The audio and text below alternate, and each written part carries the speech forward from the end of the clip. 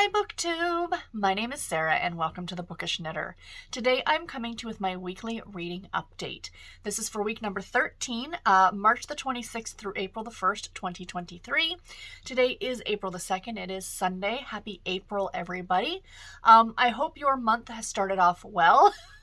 We're only one day in and we've already seen the complete spectrum of weather, if you will, here in Southern Ontario just yesterday. We hit a high of plus 14 yesterday, and then last night dropped to a low of minus 6 Celsius. That's Celsius. So yeah, that's pretty much the entire month of April's weather in one day. Very typical. So I hope it's like, what is it in like, or is that March in like a lion out like a lamb? So anyway, it's a thing. Not too much else has been going on with me. It's just been busy at work. Nothing exciting, nothing interesting, nothing worth sharing with the class, to be completely honest. Yeah, the only thing I really have to share reading-wise, other than, you know, what I'm going to be sharing in this video, is that I've kind of fallen back in love with audiobooks. I think I needed a break. I talked about this very briefly on Friday in my weekly TBR, but yeah, I think I needed a break. Like, I hadn't really listened to audiobooks, like here and there, but not straight through an audiobook for like 6 months, and I had really gotten back into listening to music on my commute. But now that I'm commuting more, I kind of like, even the music, I'm kind of like, oh, okay, let's listen. And I picked up an audiobook this week just for funsies, and I'll talk about which book it was in a little bit.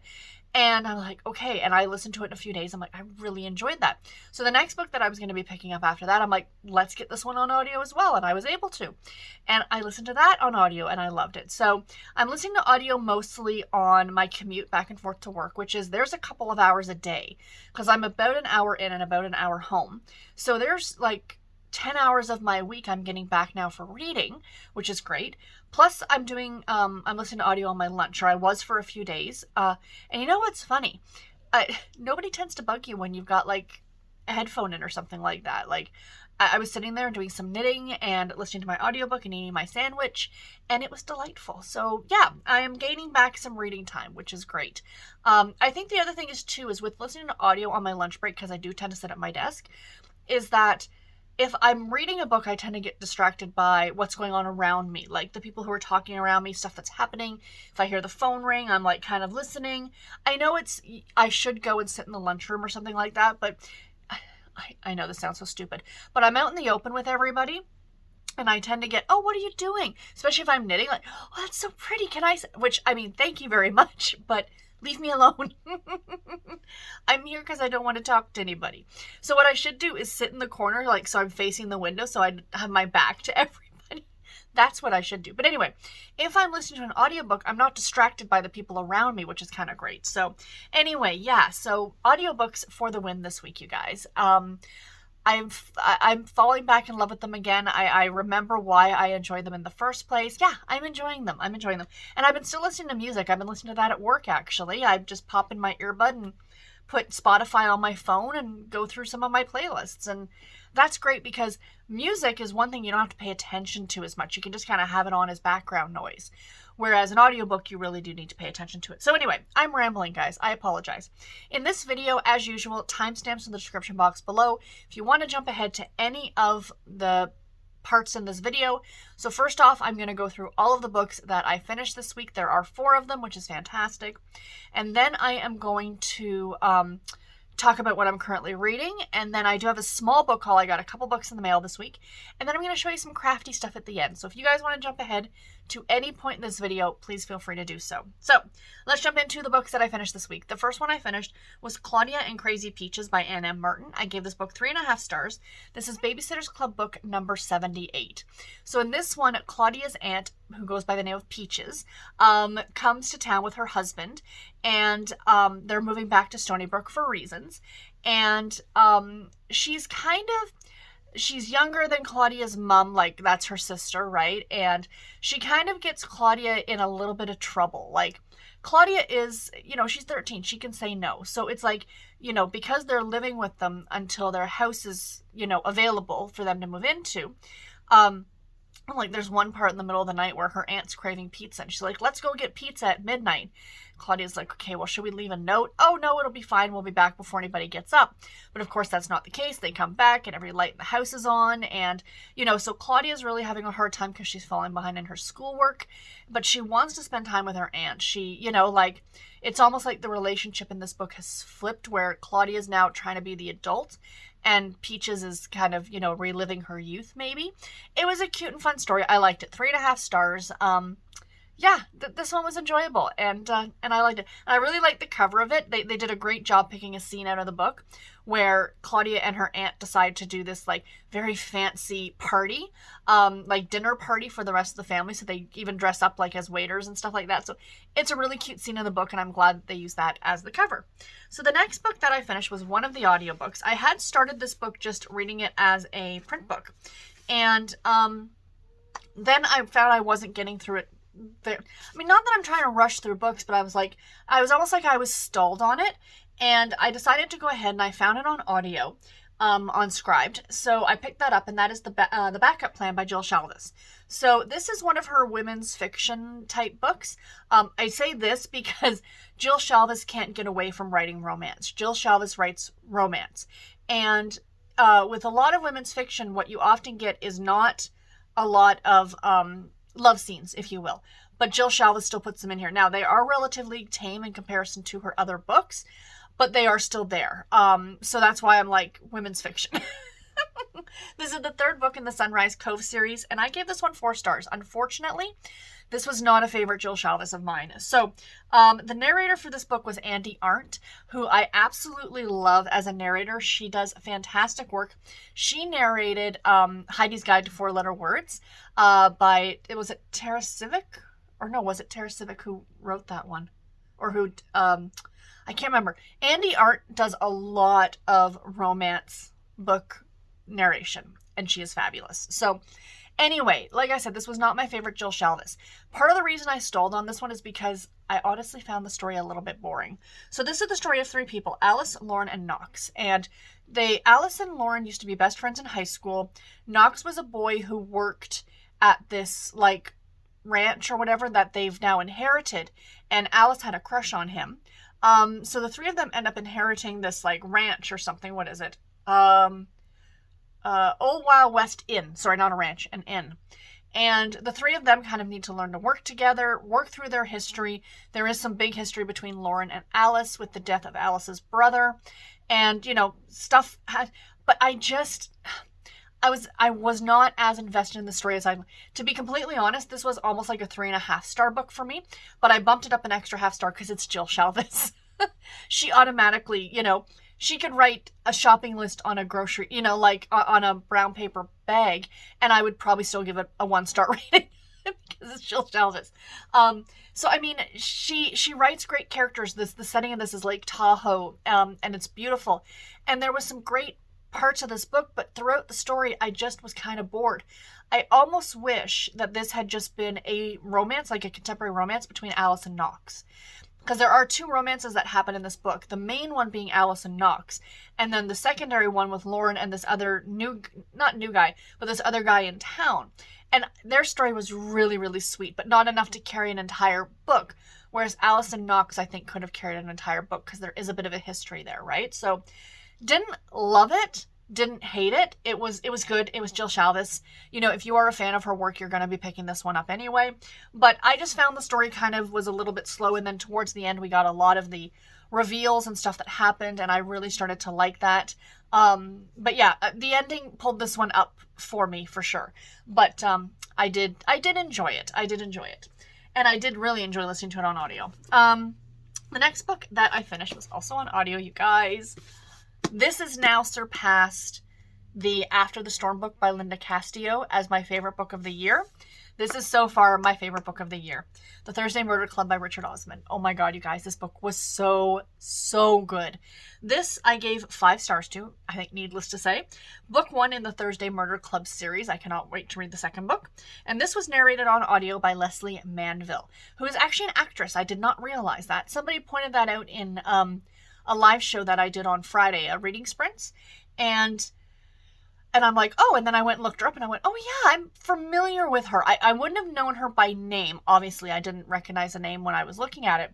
but she is an actress. So the plot of the story is about 4 older people who live in like this retirement village. Elizabeth, Joanne, oh, is it Ross or Russ? Why can't I remember his name?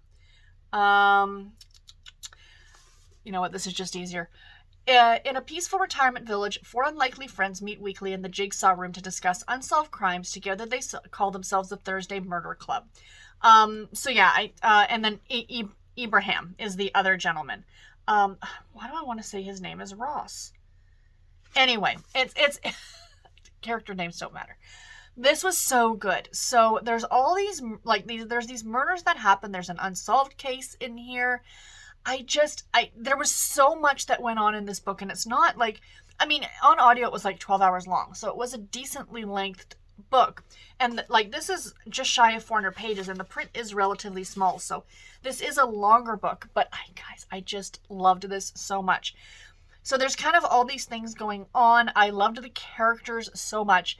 This is, from what I found out, is going to be turned into a movie, and I cannot wait. I think it's going to be... Leslie Manville should play one of the characters. That's just my opinion.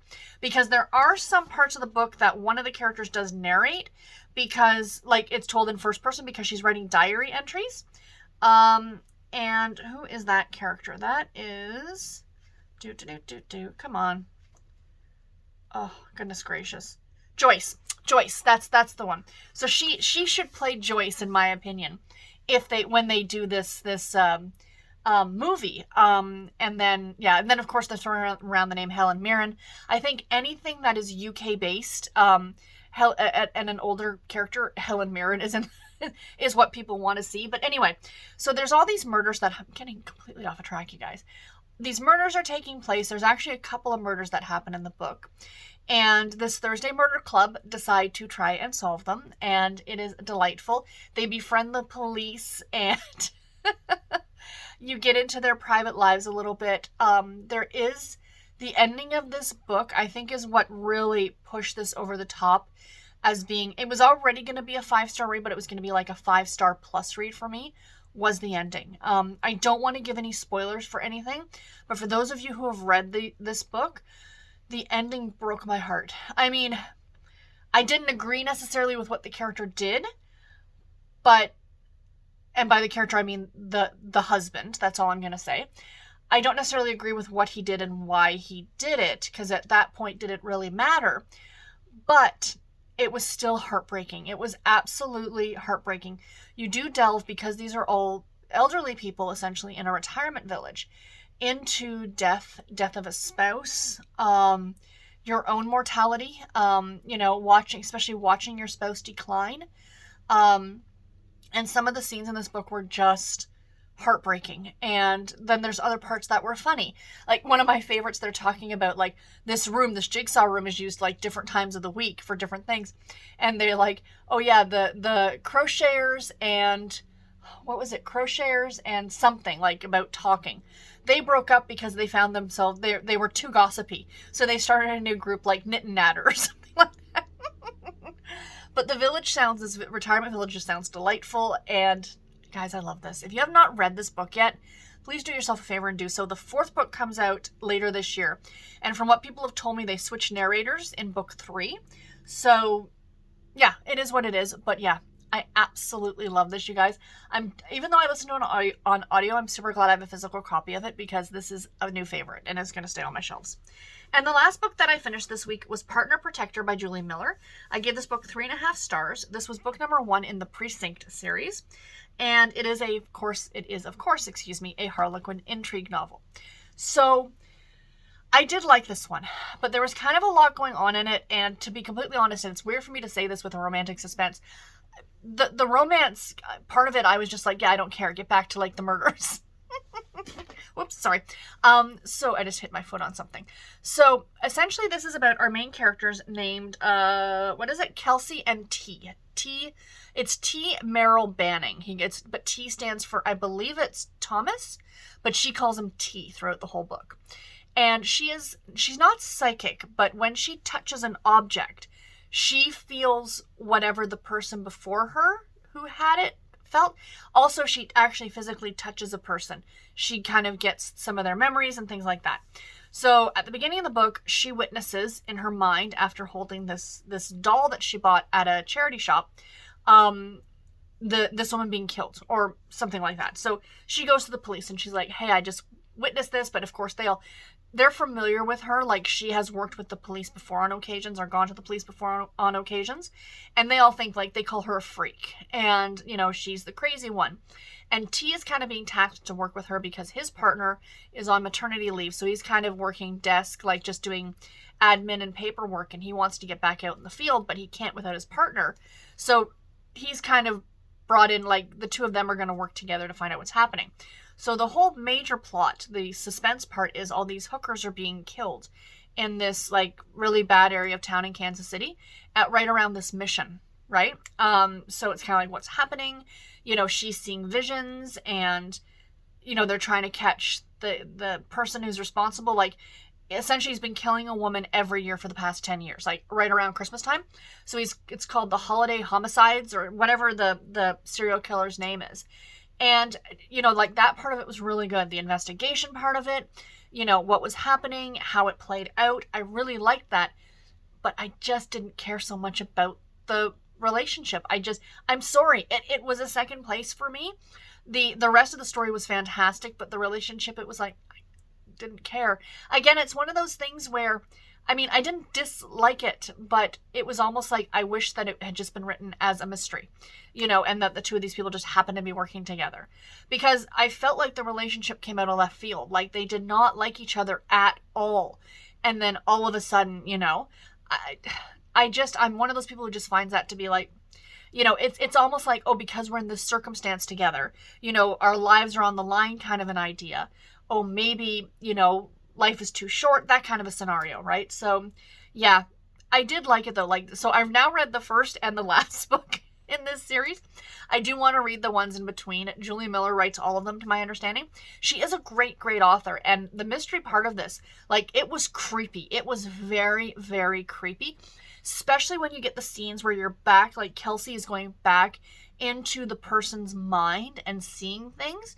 It's a very, like, your hair standing up on your arms kind of a feeling, like that, you know, creepy feeling. And it was great. It was great. But unfortunately, this didn't make a 4.5 star, only because, like I said, didn't care so much about the relationship. So anyway, guys, that is everything that I read this week. Super happy about that. Let's get into what I am currently reading. So right now on audio, I am listening to 450 from Paddington by Agatha Christie. I did start this one like way at the beginning of March and then put it aside. Decided now to pick it up on audio. I'm listening to this one from Scribd. I'm about halfway through it. I would like to finish this today. It's not terribly long. I think I have a couple of hours left on it, but I am doing some reading sprints this afternoon over on Tiffany at the Beach Bum Bookworms channel at 5 p.m. Eastern Standard Time if anybody wants to join. I'll leave a link to her channel below. And so we'll be doing some reading sprints, so I'm hoping to finish this then. I am also currently reading as my print book, Against the Tide by Melody Carlson. It's two library books back to back. These are due back next Saturday, so that's why I kind of want to get them done. About 60 pages of the way through this one. This one is quite good. So this woman comes home after the death of her father, and now bad things are starting to happen to her. So this is a love-inspired suspense, which means it's a faith-based romantic suspense novel. But so far, I'm enjoying it. The one little thing I've got to say, though, so I kind of thought, okay, maybe I'll grab this one digitally so I can read it at work, because Friday afternoon was a little bit quiet, and I thought it's a little bit easier to open my phone and look at my phone than anything else. We've all been there. Don't judge me. So this book, for some reason, all Harlequin books tend to be $4.99 digitally, no matter if you get them from Kindle, Kobo, wherever, the website. This one, if you go on Kindle and Kobo, was $7.99. Now, I know Melody, is a bigger name in Christian fiction. But, really? Just $4, $5, $6, like, that's like $4 more, or $3 more than... So, on the Harlequin website, it was still being listed at $4.99, but I'm like, no, because I don't like reading it off the Gloss app, so even if it is on my phone, I just don't like that app, and I don't want to support it anymore. That's just my personal opinion. So I went and I found it at the library. They had the bind up of the 3 books. So, I was able to read it on my phone on the library app. And then on my Kobo, when I got home, if I wanted to switch to it digitally to read, like I read a bit last night after I put the lights out and stuff like that, so I could read on my tablet or on my Kobo. So yeah, I am enjoying this one, but that was just a side note that it was weird that this one would be that expensive. It's like it came out like in 2016, like it's not even a brand new release. I don't know. I don't know. Maybe it's just, maybe it's something that the author has in contract with the publisher, kind of an idea. I don't know. And then last but not least, I am reading a Harlequin book. Like, I know that this one is also a Harlequin, but I'm reading a new release for the month. I always like to have one of these on the go. And I'm about 20% of the way through this, and so far I'm really liking it. And trying to get back to the main picture here. We have Making a Marriage Deal by Sophia Singh Sassoon. Sassoon? This cover is gorgeous. Like, when I finish this one and review it for you guys next week, you'll see the full color cover up.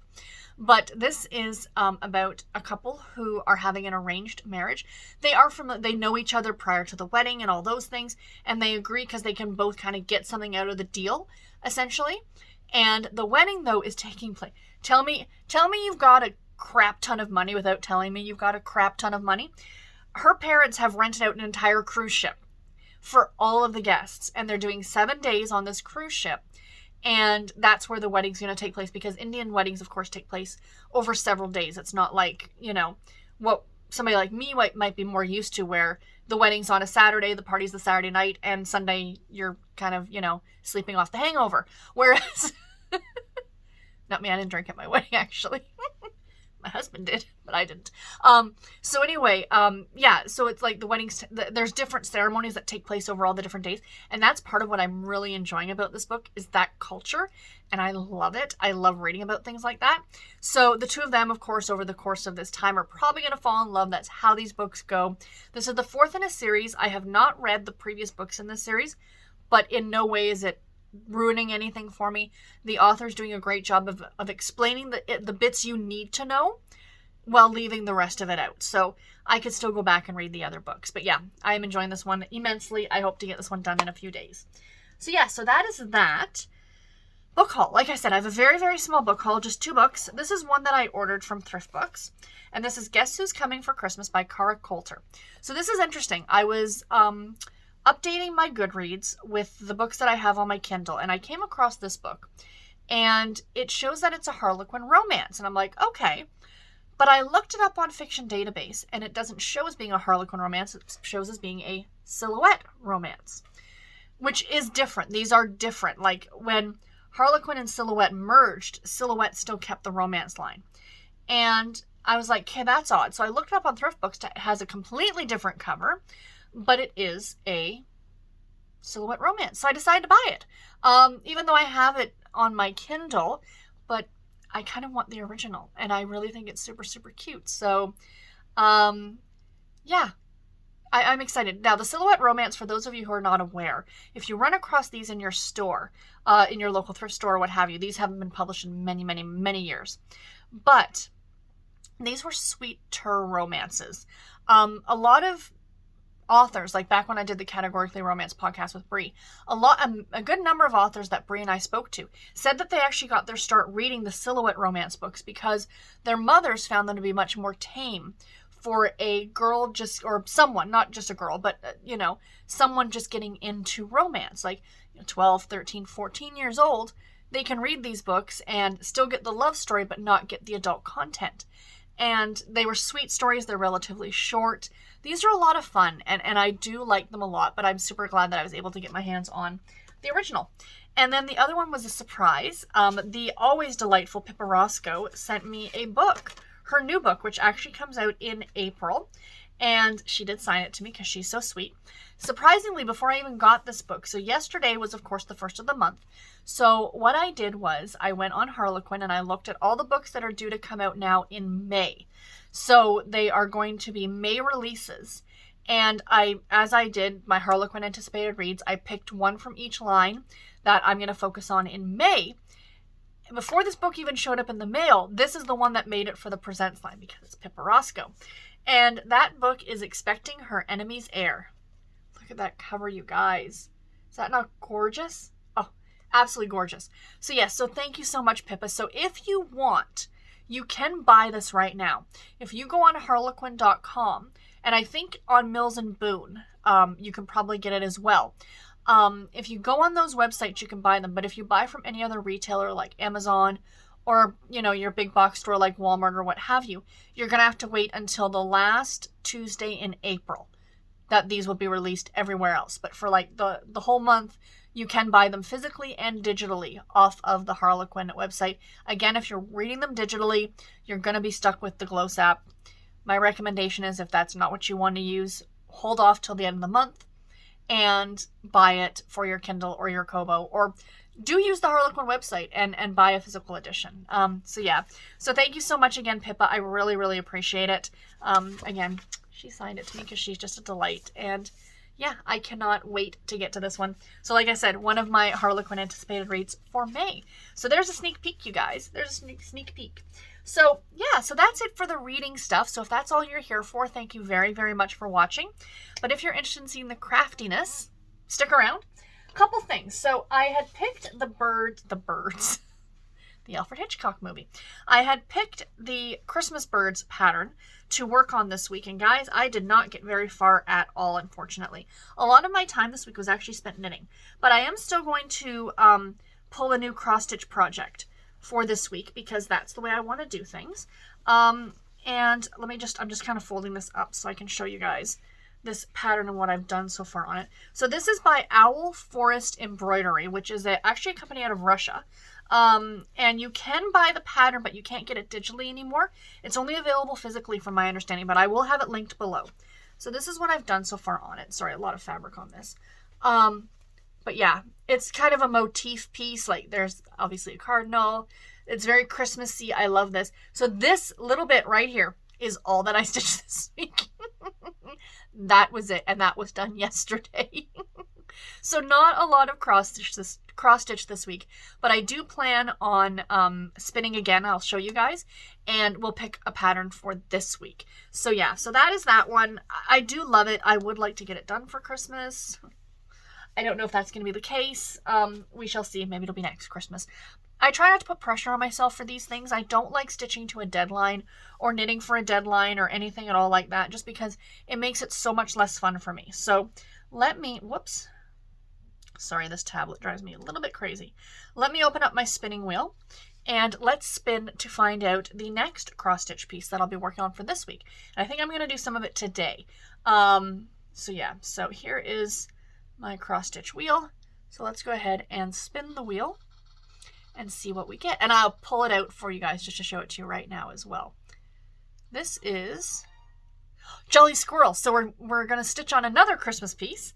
So let me just go ahead and grab that one. Hold on one second. Okay, so here's Jolly Squirrel.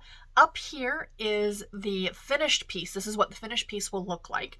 This is by Pigeon Coop Designs. He is a great designer. He is Canadian, and he used to live in Toronto, but he now lives, I think, in Montreal with his partner. And he does some amazing, amazing designs. He does one for all the provinces. He does a lot of great little smalls as well. So if you're looking for something to stitch for like your Christmas tree, like they would make great ornaments or what have you. So yeah, so this is what I have done so far. So you guys can kind of see where we're at for next week. But I finished the squirrel's tail. I finished this little motif. But you can see like the design elements within the tail. Like his stuff is beautiful. So that's the tail, and this is his little foot. I kind of do love squirrels. They're adorable. So yeah, so that is what my piece will be for this week to work on. And sorry for reaching. I have to show you guys, my friend Mandy made me this bag. And it's the most appropriate bag for a Jolly Squirrel because there are squirrels on the cross-stitch bag. And also raccoons. The two native animals to the city of Toronto, squirrels and raccoons.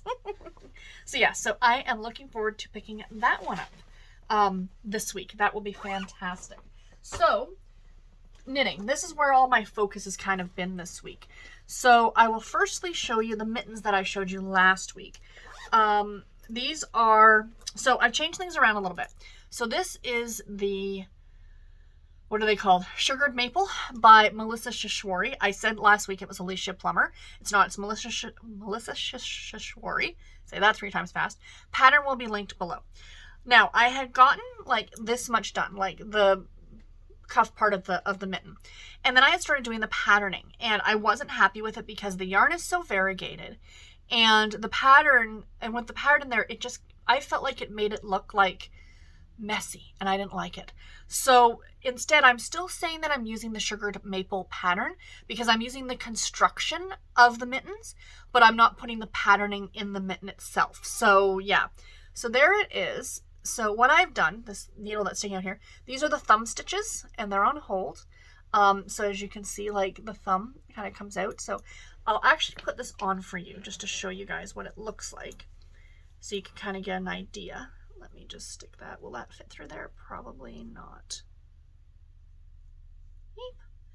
No, it won't. It's not going to do that. But you guys can kind of see because of the way it's doing. So there's like the thumb, right? And then there's the mitten. And then I've got another 10-ish rows or so. Then I'll do some ribbing along the top. And then I'll pick up the stitches for the thumb, and I will knit that. So yeah, so I'm almost on the first mitten. So that's really, really exciting. I am really this is pretty mindless because all I'm doing is just knit, knit, knit. And one of you guys pointed out last week that my nails had matched the knitting. Unintentional, but they kind of do again. So yeah, so there is mitten number 1. I will have these done way in time for whenever it gets cold again. You know, the fall, winter, what have you. And then the other thing I picked up was my sock, because I haven't knit on my sock in a while, and I do need to get this pair of socks done because I just got some new yarn last week from Knit Picks, and it was old TV show inspired, and one of the yarns is called Prairie from Little House on the Prairie. It's super, super cute. I'll try and remember to show it to you guys next week.